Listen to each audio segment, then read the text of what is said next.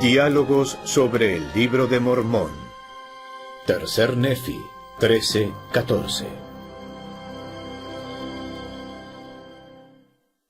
Les damos una vez más la bienvenida a nuestros diálogos sobre el Libro de Mormón. Hoy participan en esta charla 4 profesores de escrituras antiguas, profesores entusiastas, David Whitchurch, Tom Waitman y Gay Strathern, y mi nombre es Kelly Ogden. Estamos en medio de las enseñanzas de Jesús. Él apareció a su pueblo en las antiguas Américas y dio un sermón bastante similar a lo que enseñó a su pueblo en el mundo bíblico. Y hoy estamos en Tercer Nefi, capítulos 13 y 14, continuando con nuestra charla acerca de las enseñanzas de Jesús. El encabezado del capítulo 13 dice: manda a los 12 que en su ministerio no se afanen por las cosas temporales. Varias de las cosas con las que él comienza este capítulo de las enseñanzas de Jesús son cosas que las personas hacían para ser vistos por los demás hombres. Eso es un problema.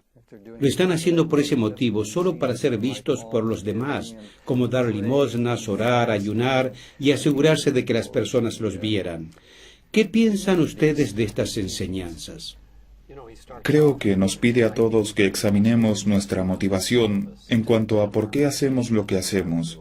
¿Y estamos dando limosnas? ¿Haciendo actos justos para ser vistos por los hombres o por nuestra relación con nuestro Padre Celestial? Y va a hacer varias preguntas como: ¿por qué oramos? ¿Por qué hacemos lo que hacemos? Eso es lo que él realmente presenta aquí en el capítulo 13. Tomemos el ejemplo del versículo 5. Allí dice: y cuando ores, no seas como los hipócritas, porque a ellos les gusta orar de pie en las sinagogas y en las esquinas de las calles para ser vistos por los hombres. En verdad os digo que ya tienen su recompensa. Esa es su recompensa. Si eso es lo que ellos quieren, ser vistos por los hombres, lo son, pero se supone cuando oremos que entremos en nuestros aposentos y nos arrodillemos. El término griego indica un lugar de privacidad. Al orar, no uséis vanas repeticiones. ¿Usamos vanas repeticiones? ¿Qué hay de malo en ellas? No debemos utilizar vanas repeticiones, ¿verdad? Una de las cosas que me gusta de esto es cuando Amulek estaba enseñando acerca de la oración. Estaba enseñando a los oramitas, quienes tenían un pequeño problema con esto. En Alma 34, versículo 28, él dice: y he aquí, amados hermanos míos, os digo que no penséis que esto es todo, porque si después de haber hecho todas estas cosas, refiriéndose a orar en los campos todo el tiempo, volvéis la espalda al indigente y al desnudo, y no visitáis al enfermo y afligido, y si no dais de vuestros bienes, si los tenéis, a los necesitados, os digo que si no hacéis ninguna de estas cosas, he aquí, vuestra oración es en vano, y no os vale nada, y sois como los hipócritas que niegan la fe. Este es un lenguaje bastante poderoso. Significa que cuando estamos orando con vanas repeticiones y decimos, por favor, bendice a los pobres, y entonces no pagamos nuestras ofrendas de ayuno, o si no damos de nosotros para ayudar a los necesitados. Hay cosas que necesitamos hacer para participar, y nuestras oraciones, la base misma de la religión, es cómo tratamos a los otros. Y si no hacemos bien esa parte básica, las oraciones no serían tan significativas. Un momento, este asunto práctico de cómo orar. Repetición. No hay nada malo en eso si le preguntáramos a Moroni después de estar toda la noche enseñándole a José Smith. ¿Hay algo de malo en las repeticiones? El Señor usa mucha repetición en su casa para enseñar. Es la repetición vana, es decir, hablar sin pensar. Con el paso de los años he reunido algunas frases. Escuchen. Estamos agradecidos por este día. Estamos agradecidos por el edificio que tenemos para reunirnos. Estamos muy agradecidos por nuestras muchas bendiciones. Bendice a los que no están aquí esta semana para que puedan estar la próxima semana. Bendice a los enfermos y afligidos. Bendícenos para que no nos ocurra ningún mal o accidente. No usamos la palabra ocurra muy a menudo, pero debemos tenerla en nuestras oraciones. Bendícenos con las bendiciones que necesitamos. Bendice a los misioneros para que sean guiados a los sinceros de corazón y bendícenos para que podamos incorporar estas cosas en nuestras vidas diarias. Llévanos a casa en... Paz y seguridad. Sí. Ahora bien, ¿hay algo de malo en alguna de estas declaraciones? Una vez más, a lo que se refiere es ¿por qué decimos lo que decimos? De hecho, él dice, como los paganos, pues ellos creen que por su mucha parlería serán oídos. De manera que la motivación no es la correcta, y ciertamente decimos esas cosas con intención. Eso Bien, espero, y son bueno, válidas en nuestras oraciones. Sí, finalmente tenemos un edificio en el cual estamos agradecidos de estar, sí. Si realmente somos sinceros acerca de aquellos que no estuvieron, los vamos a buscar para que puedan venir. Pienso que de alguna manera habló al centro del asunto en la siguiente oración, la que algunas veces es referida como la oración del Señor. Da un modelo de oración y, para mí, No esto significa es... que estas palabras deban repetirse exactamente. Sí, hay algo de ironía en eso. Nos enseña que no debemos tener oraciones vanas, repeticiones, y el hecho de que repitamos esa oración hace que haya una ironía divina en eso. Creo que lo que él desea son algunas cosas sencillas, y una de mis favoritas está en la oración del Señor, y está en el versículo 10. Pienso que, como persona, como individuo, he dedicado una gran parte de mi vida tratando de convencer al Señor de que mi voluntad debe ser su voluntad, y que esto es lo que necesito. Y eso es lo que yo percibo que necesito. Y Jesús aquí dice, no, que la voluntad de Dios sea mi voluntad, así que aceptaré la voluntad divina. Eso realmente altera la manera en que oramos. No es una manera de obtener cosas de Dios, sino más bien una manera de aceptar la voluntad de Dios. Aquí hay un hombre cuya vida será requerida por la voluntad de Dios, y él dice, aceptaré eso. Ese es un lado poderoso de él. Sumiso a su voluntad. Sí, así que su petición es diferente, y otra cosa que tenemos es que el lenguaje bíblico es un poco diferente. Perdónanos nuestras deudas, como también nosotros perdonamos a nuestros deudores. Y la palabra deuda podría significar una obligación financiera, pero también podría significar pecados, y tenemos ese precedente en la Biblia. Aquí nuestro perdón no es una serie de pasos, 6 o 5 pasos que podemos hacer.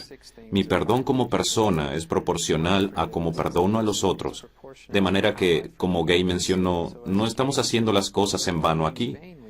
Yo quiero ser perdonado en la medida en que he perdonado a todos.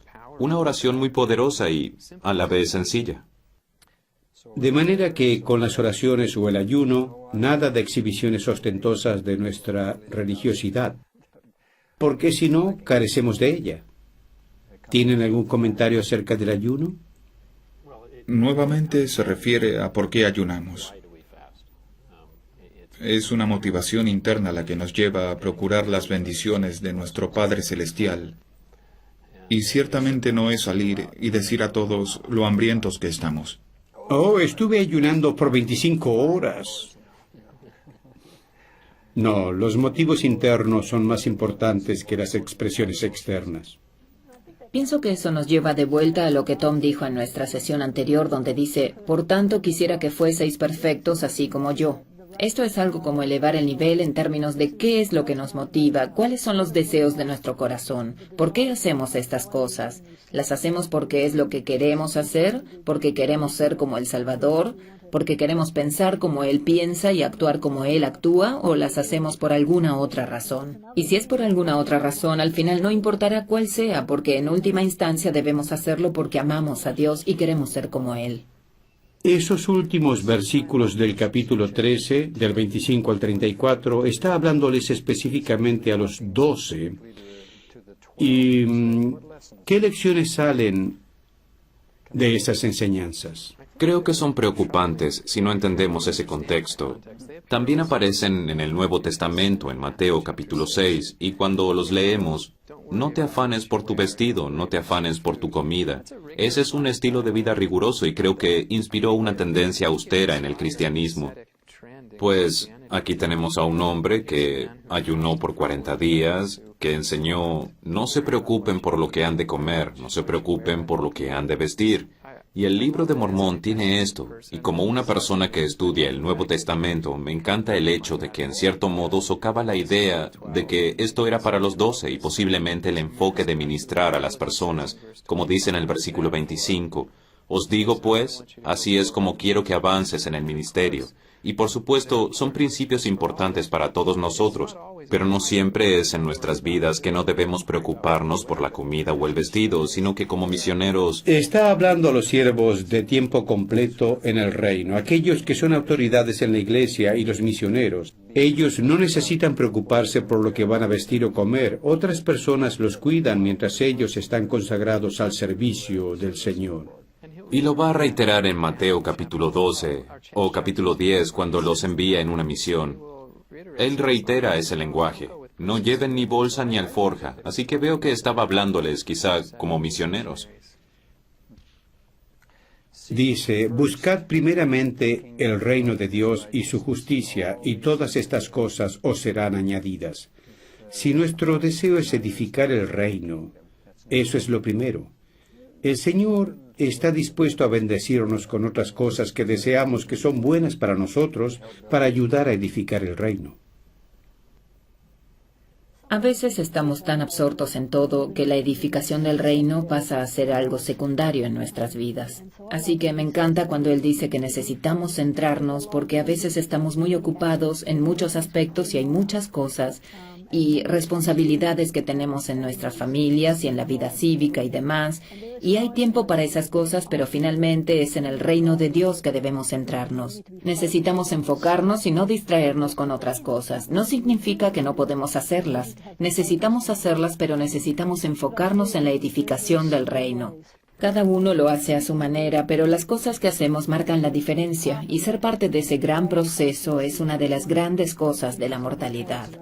Algunas personas piensan que no están haciendo nada para edificar el reino. Cualquiera que sea nuestro trabajo, lo que sea que estemos haciendo es para cuidar de nuestra familia, y nuestra familia es edificar el reino. Yo estoy en tercer lugar, él está en el primero. Todos los que nos rodean están en el segundo. Yo estoy en el tercer lugar y cuando me pongo en la primera posición esto causa problemas a mí y a otros. Eso se refiere nuevamente a no tener la voluntad del Padre. Tiene que ser la voluntad del Padre ante todo. Y continúa, no juzguéis para que no seáis juzgados. ¿Qué significa eso? El capítulo 13 se refiere a nuestra motivación. ¿Por qué hacemos lo que hacemos? ¿Estamos haciéndolo porque nos preocupa lo que el hombre piensa o lo hacemos por lo que Dios piensa? Y cuando vamos al capítulo 14 vemos que habla de estas relaciones. Relaciones más horizontales entre las personas. No juzguéis para que no seáis juzgados. Es una expectativa que tenemos de actuar de cierta manera para que otros también actúen de manera semejante. Ahora estamos tratando estos aspectos del juzgar. Por ejemplo, no juzguéis para que no seáis juzgados. Si queremos recibir bendiciones, necesitamos comportarnos de cierta manera. Y eso continuará a lo largo de todo esto. A veces vemos la pequeña mota que está en el ojo de alguien, y sin embargo, como él lo describió aquí, tenemos una viga en el nuestro. Pero no se supone que debemos juzgar lo que es bueno para nosotros, qué literatura debemos leer y no leer, qué debemos llevar a nuestros cuerpos y qué no, las películas que debemos ver y las que no. ¿Acaso no siempre estamos juzgando? ¿Cuál es el significado de esta enseñanza? Posiblemente es no juzgar injustamente. Siempre necesitamos emitir buenos juicios en nuestra vida, pero no juzgar injustamente. De la manera como juzguemos a otros, seremos juzgados también. Elder Oaks vino a View hace unos años y dio un discurso sobre el juzgar y no juzgar. Hizo algunas declaraciones excelentes que me gustaría leer porque creo que ayudan a dilucidar lo que estaba pasando aquí. Dijo, debemos abstenernos, perdónenme, creo que el mandato de las Escrituras no juzguéis se refiere más claramente al juicio final. No debemos emitir juicios finales sobre las personas porque no poseemos sabiduría para hacerlo. Incluso aplicaríamos normas equivocadas. La manera del mundo es juzgar competitivamente entre el pecador y el perdedor. La manera del Señor del juicio final será aplicar su conocimiento perfecto de la ley que una persona haya recibido y juzgar en base a las circunstancias, motivos y acciones a lo largo de toda su vida. Dios juzgará adecuadamente, pero nosotros sí necesitamos juzgar, y Él nos da 4 maneras en las que podemos juzgar correctamente, lo que significa, número 1, un juicio justo debe ser, por definición, inmediato. Debe ser para aquí y ahora, así que no estaba hablando acerca del juicio final. Número 2. Un juicio justo será guiado por el Espíritu del Señor, no por ira, venganza, celos o interés propio. Número 3. Para ser justo, un juicio intermedio debe estar dentro de nuestra mayordomía. Y 4. Debemos, si es posible, abstenernos de juzgar hasta que tengamos un conocimiento adecuado de los hechos. Ese es el Esto debemos problema. hacer. Normalmente no conocemos todos los hechos. No sabemos por qué alguien actúa de la manera en que lo hace o por qué dicen lo que dicen. Ese es un gran debate en cuanto a lo que significa juzgar justamente. Pienso que también hay una imagen poderosa y creo que es característico de la manera en que al Salvador le gustaba enseñar, con algo como una hipérbole. Tenemos a una persona con una pequeña astilla en su ojo y luego la palabra viga podría ser un tronco. Es una imagen ridícula tener un tronco saliendo de nuestro ojo, y si tratáramos de sacar algo del ojo de alguien como un tronco metido en el nuestro, lo maltrataríamos y lo lastimaríamos. Y pienso que eso realmente dice que cuando nosotros nos esforzamos en juzgar inapropiadamente, realmente terminamos lastimando a la persona que juzgamos y a la postre a nosotros mismos. Esa es una apreciación real de la conducta humana. Debemos saber que cuando no conocemos todos los hechos, ofendemos. Esa es una de mis imágenes favoritas, aun cuando es muy dramática, muestra el estilo de Jesús. Tengo una copia del himno número 91 del antiguo himnario antes de 1985 y dice, que cada hombre aprenda a conocerse a sí mismo. Alguien muy inteligente escribió esto, que cada hombre aprenda a conocerse a sí mismo. Para obtener ese conocimiento, que trabaje, para mejorar esas deficiencias en sí mismo, las cuales él condena en su vecino. Cuán indulgentes vemos nuestras propias fallas y la voz de la conciencia hábilmente nos sofoca.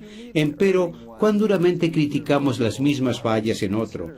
Y si encontramos a alguien que esté errado cuyos actos son culpables y desconsiderados, considera antes de lanzar la piedra si tú mismo eres puro y perfecto. Escucha esa pequeña voz interior, cuyos susurros confunden al hombre, y no toques trompetas de los pecados de otro. Te abochornarías si los tuyos fueran pronunciados.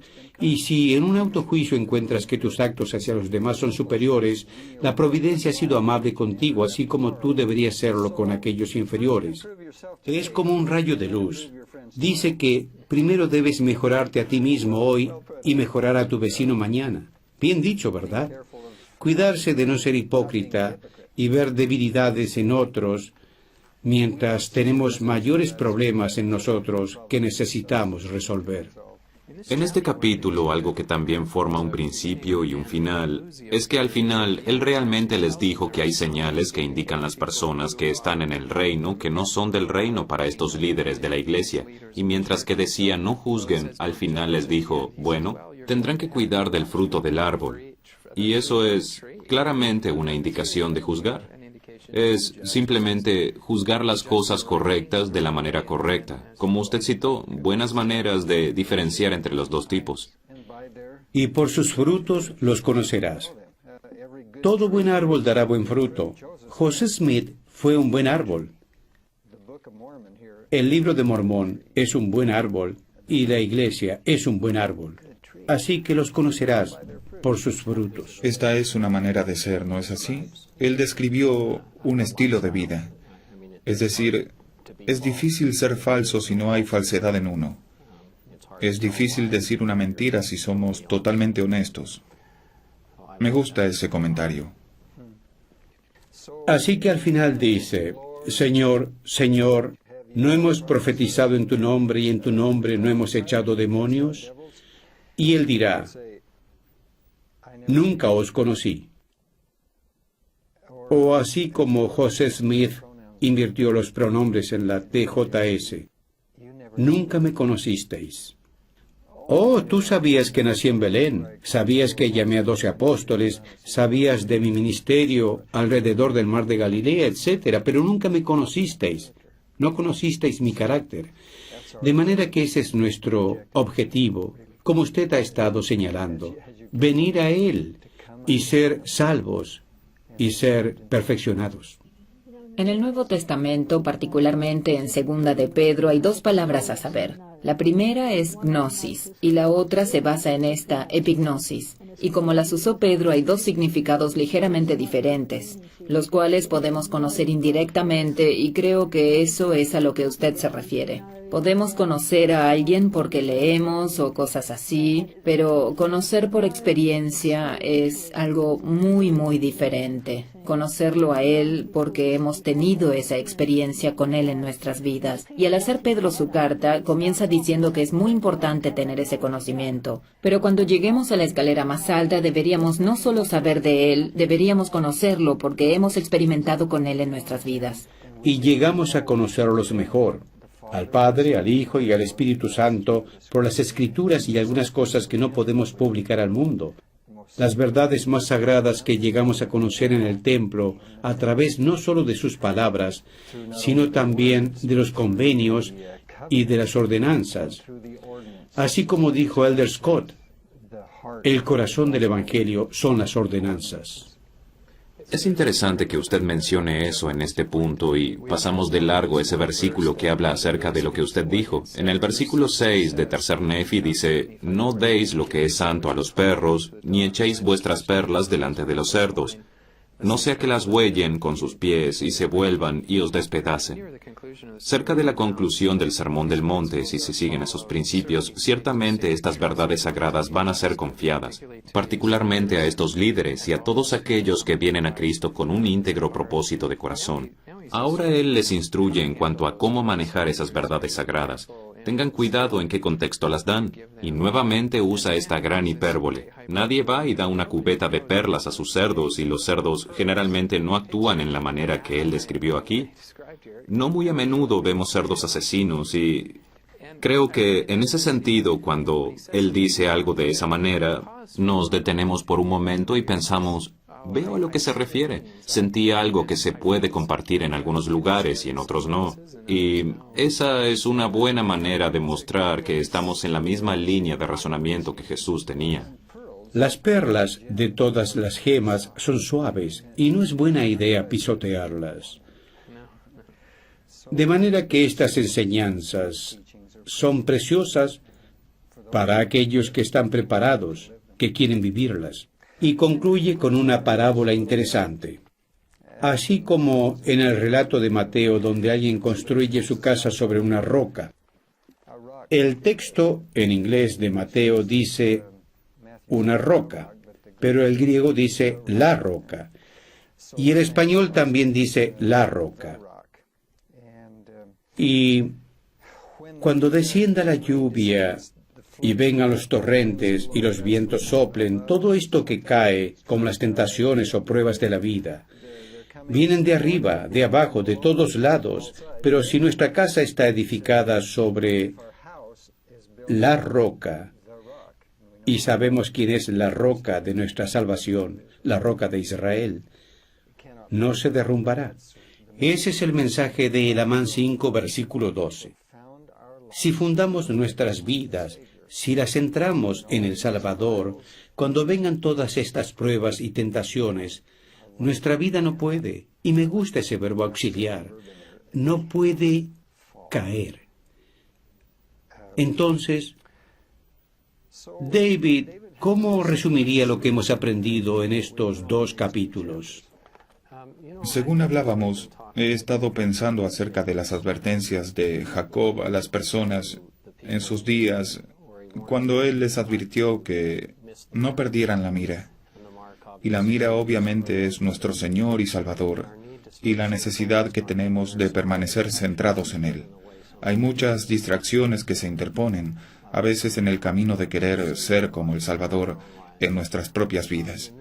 En este particular sermón que está enseñando el Salvador en el capítulo 13, pienso que hay varios versículos que realmente perciben el centro de esta idea de ser auténticos a quienes somos.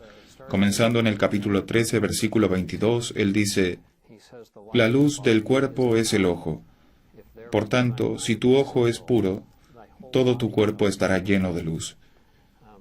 No hay hipocresía si somos de un solo corazón y mente y estamos comprometidos con nuestro Padre Celestial en su reino. Permanecemos centrados, no perderemos la mira.